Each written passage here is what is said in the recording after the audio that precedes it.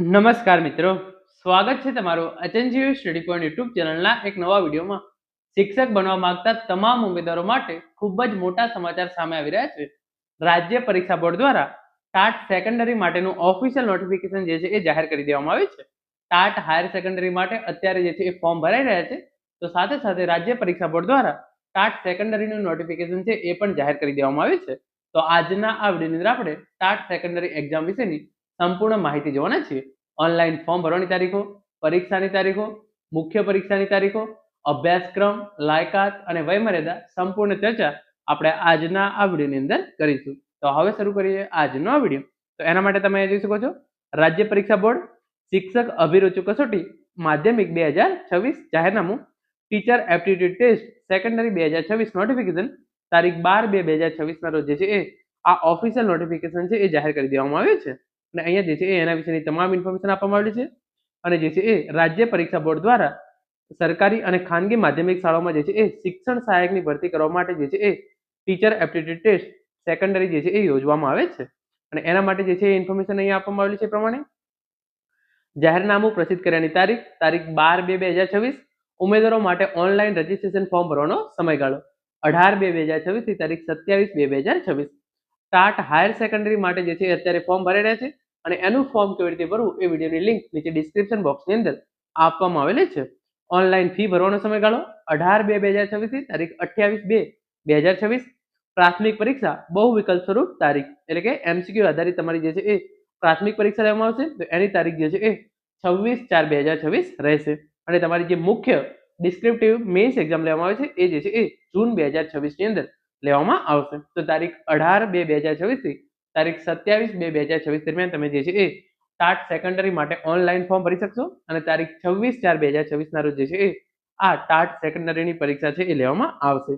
પરીક્ષા તમારી જે છે એ ગુજરાતી માધ્યમ અને અંગ્રેજી માધ્યમ બંને માટે યોજવામાં આવશે. જે ગુજરાતી માધ્યમ છે એની અંદર Gujarati, Hindi, English, social science, maths and science, Sanskrit, computer, physical education અને એગ્રીકલ્ચર આ વિષયો માટે જે છે એ ગુજરાતી માધ્યમ માટે ટાટ સેકન્ડરીની આ પરીક્ષા લેવામાં આવશે. અને અંગ્રેજી માધ્યમ માટે Gujarati, Hindi, English, social science, maths and science, Sanskrit અને ફિઝિકલ એજ્યુકેશન આટલા સબ્જેક્ટ માટે ટાટ સેકન્ડરીની પરીક્ષા જે છે એ લેવામાં આવશે. એના માટેની શૈક્ષણિક લાયકાત તમે જોઈ શકો છો. નોંધાયેલી સરકારી અને ખાનગી માધ્યમિક શાળાઓમાં સંબંધિત વિષયના શિક્ષક તરીકેની ઉમેદવારી કરવા માટે રાજ્ય સરકાર દ્વારા નક્કી થયેલ અને તેમાં વખતો વખત થતા સુધારા વધારા સાથેની શૈક્ષણિક અને તાલીમી લાયકાત ધરાવતા ઉમેદવારો જ આ શૈક્ષણિક અભિરુચિ કસોટી માધ્યમિક માટે ઉપસ્થિત થઈ શકશે. શૈક્ષણિક લાયકાત કઈ છે એનો ઠરાવ જે છે અહીંયા નીચે આપવામાં આવેલો છે. જે વિદ્યાર્થીઓ શૈક્ષણિક વર્ષ 2025 દરમિયાન તાલીમી લાયકાતના છેલ્લા વર્ષમાં અભ્યાસ કરતા હોય તો એ વિદ્યાર્થીઓ પણ જે છે એ ફોર્મ ભરી શકે છે. આવા વિદ્યાર્થીઓની પરીક્ષાની અરજી તેઓના છેલ્લા વર્ષની પરીક્ષાના પરિણામના આધારે રહેશે. આ પ્રકારની તકથી ટાટ એચએસમાં ઉપસ્થિત થનાર ઉમેદવારોએ ભવિષ્યમાં યોજાનાર શિક્ષક ભરતી પ્રક્રિયામાં સંબંધિત લાયકાત પાસ થઈને માર્કશીટ રજૂ કરવાની રહેશે. ભરતી પ્રક્રિયા જાહેર થાય ત્યાં સુધી માન્ય લાયકાતનું પરિણામ ન મેળવી શકનાર ઉમેદવાર ભરતી પ્રક્રિયામાં હક દાવો કરી શકશે નહીં. ભરતી બાબતે ભરતી સમિતિ જે તે નિર્ણય લેશે એ આખરી નિર્ણય રહેશે. તો આના માટે તમે જે છે એ બીએડ કરેલું હોવું જોઈએ તો તમે જે છે એ ફોર્મ ભરી શકો છો. પરીક્ષા ફી કેટલી રાખવામાં આવે છે? એસસી, એસટી, એસસીબીસી, ઈડબ્લ્યુએસ અને જે પીએચ કેટેગરીના ઉમેદવારો છે એમના માટે જે છે એ 400 રૂપિયા, ત્યારે જનરલ કેટેગરીના ઉમેદવારો માટે જે છે એ 500 રૂપિયા ફી ભરવાની રહેશે. અને તમે એકવાર ફી ભરી દેશો તો કોઈ પણ કક્ષામાં જે છે એ કોઈ પણ સંજોગોમાં આ ફી તમને જે છે એ પરત આપવામાં આવશે નહીં. કસોટીનું સ્વરૂપ જોઈ લો તો પહેલા તમારી જે છે એ પ્રિલિમિનરી એક્ઝામ લેવામાં આવશે. એની અંદર તમને જે છે એ એમસીક્યુ પૂછવામાં આવશે અને તમારી જે મુખ્ય પરીક્ષા છે એ જે છે એ લેખિત સ્વરૂપે લેવામાં આવશે. તો આપણે પહેલા પ્રિલિમિનરી એક્ઝામ અને એના સિલેબસ વિશે વાત કરીએ. એના પછી જે છે એ મુખ્ય પરીક્ષા છે એના વિશે આપણે વાત કરીશું. તો તમારી જે 200 માર્ક્સનું પેપર હશે, તો તમારી જે પ્રિલિમિનરી એક્ઝામ છે એના માટે જે છે એ 200 માર્ક્સનું પેપર રહેશે. વિભાગ 1 100 પ્રશ્નો, વિભાગ 2 ની અંદર પણ જે છે એ 100 પ્રશ્નો રહેશે. જે 100 માર્ક્સનો પ્રથમ વિભાગ છે એ તમામ ઉમેદવારો માટે એક સરખો રહેશે. અને 100 માર્ક્સનો જે બીજો વિભાગ છે એ જે છે એ તમે જે વિષય માટે અરજી કરી છે એ વિષય આધારિત રહેશે. બંનેનું પેપર જે છે એ સળંગ રહેશે અને એના માટે તમને જે છે એ 180 મિનિટનો સમય આપવામાં આવશે. દરેક પ્રશ્નનો 1 ગુણ, 4 વિકલ્પો આપેલા છે અને એમાંથી તમારે જે છે એ સાચો વિકલ્પ પસંદ કરવાનો રહેશે.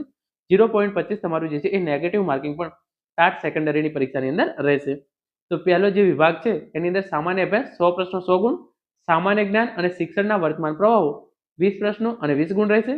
શિક્ષક અભિયોગ્યતા 35 પ્રશ્નો અને 35 ગુણ રહેશે. એનો તમે જે છે એ વિગતવાર સિલેબસ આ પીડીએફ તમને ટેલિગ્રામ ચેનલની અંદર મળી જશે, તમે ત્યાં જઈ અને મેળવી શકો છો. પછી વર્ગ વ્યવહાર અને મૂલ્યાંકન 10 પ્રશ્નો અને 10 ગુણ રહેશે. તાર્કિક અભિયોગ્યતા 15 પ્રશ્નો અને 15 ગુણ રહેશે. અને અંગ્રેજી ભાષાની જાણકારી ધોરણ 12 સુધી 15 પ્રશ્નો અને 15 ગુણ રહેશે. તો આ પ્રમાણેનો તમારે જે છે એ વિભાગ એ 100 માર્ક્સનો રહેશે. અને પછી તમે જે બીજા જે 100 માર્ક્સ છે એ તમે જે સબ્જેક્ટ પસંદ કર્યો હોય એનો રહેશે. તો વિભાગ 2 ખાસ વિષયની કસોટી 100 પ્રશ્નો અને 100 ગુણ. વિષય વસ્તુ 80 પ્રશ્નો 80 ગુણ અને વિષય વસ્તુ આધારિત પદ્ધતિના પ્રશ્નો 20 પ્રશ્નો અને 20 ગુણ. તો આ પ્રમાણેનું તમારું જે છે એ પેપર 1 પ્રિલિમ એક્ઝામ માટે જે છે એ લેવામાં આવશે. એના પછી જે ઉમેદવારો પ્રિલિમિનરી એક્ઝામ પાસ કરે છે એમના માટે જે છે એ મુખ્ય પરીક્ષા યોજવામાં આવશે. અને એના માટે તમે જોઈ શકો છો પ્રાથમિક કસોટીમાં કટ ઓફ કે તેથી વધુ ગુણ મેળવનાર ઉમેદવારો જે છે એ મુખ્ય પરીક્ષા આપશે. અને એની અંદર 2 પ્રશ્નપત્રો રહેશે. પ્રશ્નપત્ર 1 ગુજરાતી/અંગ્રેજી સજ્જતાના 100 ગુણ રહેશે તથા પ્રશ્નપત્ર 2 માં વિષય વસ્તુ અને વિષય પદ્ધતિ સજ્જતાના 100 ગુણ રહેશે. આમ આ મુખ્ય પરીક્ષા જે છે એ 200 માર્ક્સની રહેશે. અભ્યાસક્રમ ધોરણ 9 અને 10 નો રહેશે અને કઠિનતા અને અનુબંધ સ્નાતક કક્ષાનો રહેશે. તો આ પ્રમાણે પછી આગળ ઇન્ફોર્મેશન આપવામાં આવેલી છે પ્રમાણે પ્રશ્નપત્ર 1 100 ગુણ માટે તમને 150 મિનિટનો સમય મળશે. પ્રશ્નપત્ર 2 100 ગુણ માટે તમને જે છે એ 180 મિનિટનો સમય મળશે. તો જે તમારું પ્રશ્નપત્ર 1 છે ભાષા સજ્જતા, તો એની અંદર ગુજરાતી ભાષા ક્ષમતા ગુજરાતી માધ્યમ માટે અને અંગ્રેજી ભાષા ક્ષમતા અંગ્રેજી માધ્યમ માટે જે છે એ 100 માર્ક્સનું પેપર લેવામાં આવશે. એ પેપર કેવું હશે તો એના માટે તમે જોઈ શકો છો. જો તમે ગુજરાતીનું પેપર આપો છો તો તમારે જે છે એ પહેલું 200 થી 250 થી 300 શબ્દોની અંદર નિબંધ લખવાનો રહેશે, સંક્ષેપીકરણ, પત્રલેખન, ચર્ચાપત્ર અને પછી તમને જે છે એ વ્યાકરણના પ્રશ્નો છે એ પૂછવામાં આવશે. અને અંગ્રેજીની અંદર રિપોર્ટ રાઇટિંગ, પછી વિઝ્યુઅલ ઇન્ફોર્મેશન એટલે કે તમને ફોટો આપેલો હોય એનાથી તમારે જે છે એ લખવાનું રહેશે, ફોર્મલ સ્પીચ, એપ્લિકેશન અથવા તો લેટર રાઇટિંગ અને પછી તમારું જે છે એ ગ્રામર પૂછવામાં આવશે. જે પ્રશ્નપત્ર 2 છે તો પ્રશ્નપત્ર 2 જે છે એ તમારું 100 ગુણનું રહેશે. એના માટે તમને જે છે એ 180 મિનિટનો સમય રહેશે. મુદ્દાસર જવાબ આપો, એના 7 પ્રશ્નો પૂછવામાં આવશે, એના 35 ગુણ રહેશે. માગ્યા પ્રમાણે જવાબ આપો, 7 પ્રશ્નો પૂછવામાં આવશે, એના જે છે 28 માર્ક્સ રહેશે. 1-2 વાક્યમાં જવાબ આપો, 11 પ્રશ્નો પૂછવામાં આવશે, એના 22 માર્ક્સ રહેશે. પછી હેતુલક્ષી પ્રશ્નો, ખાલી જગ્યા પૂરો, જોડકા જોડો, સાચું ખોટું વગેરે જેવા પ્રશ્નો પૂછવામાં આવશે 15 અને એના 15 માર્ક્સ રહેશે. તો કુલ આ રીતે તમારું જે છે એ પેપર 2 100 માર્ક્સનું થશે. પછી યોગ્યતા પ્રાપ્ત કરવાના ધોરણો, તો જે પ્રમાણે કટ ઓફ છે એ પ્રમાણે જે પ્રિલિમિનરી એક્ઝામ છે એનું જે કટ ઓફ હોય એના કરતાં તમારે વધારે માર્ક્સ મેળવવાના રહેશે. અને જે કટ ઓફથી વધારે માર્ક્સ મેળવશે એ ઉમેદવારોને જે છે એ મુખ્ય પરીક્ષા આપવા દેવામાં આવશે. અને તમારે મુખ્ય પરીક્ષાની અંદર જો પાસ થવું હોય તો તમે જો જનરલ કેટેગરીના ઉમેદવાર હોય તો તમારે પાસ થવા માટે 60 ગુણ મેળવવા જરૂરી છે. એસસી, એસટી, એસસીબીસી, ઈડબ્લ્યુએસ અને જે દિવ્યાંગ કેટેગરીના ઉમેદવારો છે એમણે પાસ થવા માટે 55% ગુણ મેળવવા જરૂરી છે. આનું જે છે એ મેરિટ બહાર પાડવામાં આવશે. એના પછી જે કસોટી કેન્દ્ર અગત્યની સૂચનાઓ, ઓનલાઈન ફોર્મ કેવી રીતે ભરવું એની ઇન્ફોર્મેશન આપવામાં આવેલી છે. પરંતુ ઓનલાઈન ફોર્મ કેવી રીતે ભરવું એની ઇન્ફોર્મેશન આપણે વિડીયો બનાવીને જોઈશું. તો એના વિશે જે છે એ આપણે અત્યારે વધારે વાત કરતા થઈએ નહીં. ઓનલાઈન ફોર્મ કેવી રીતે ભરવું એની તમામ ઇન્ફોર્મેશન આપવામાં આવેલી છે. તો એ જે છે એ આપણે અત્યારે તમારે ચિંતા કરવાની જરૂર નથી. જ્યારે ઓનલાઈન ફોર્મ ભરવાનું શરૂ થશે તો આપણે જે છે એ વિગતવાર વિડીયો જે છે એ બનાવી દઈશું. પછી એની લાયકાત શું રહેશે એ તમામ ઇન્ફોર્મેશન માટેનો જે છે એ આ પરિપત્ર તમે જોઈ શકો છો. જે તમે વિષય સાથે જે છે એ શિક્ષણ સહાયકની માટે ભરતી માટે જે છે એ કેવા પ્રકારની લાયકાત હોવી જોઈએ એની જે છે એ આખો આ પરિપત્રની અંદર ઇન્ફોર્મેશન જે છે એ આપવામાં આવેલી છે.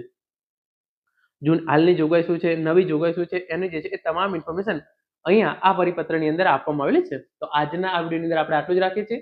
આ તમામ પરિપત્રો, લાયકાત શું રહેશે, વય મર્યાદા શું રહેશે, તમારું પગાર ધોરણ શું રહેશે એ તમામ માહિતી માટે જે છે એ આપણે આ બીજો વિડીયો બનાવીશું. અને તમારે એના પહેલા ઇન્ફોર્મેશન જોતી હોય તો તમને આ જે છે એ પરિપત્ર છે એની લિંક ટેલિગ્રામ ચેનલની અંદર મળી જશે. તમે ત્યાં જઈ આખો પરિપત્ર એકવાર શાંતિથી વાંચી લેજો. કારણ કે હજુ ફોર્મ ભરવાની જે છે એ વાર છે. ત્યાં સુધીમાં તમારે જે છે એ આ પરિપત્ર પરફેક્ટ વાંચી લેવો જોઈએ અને એના પછી જ તમારે અપ્લાય કરવો જોઈએ. તો મિત્રો આ હતો આજનો video. Thank you so much for watching.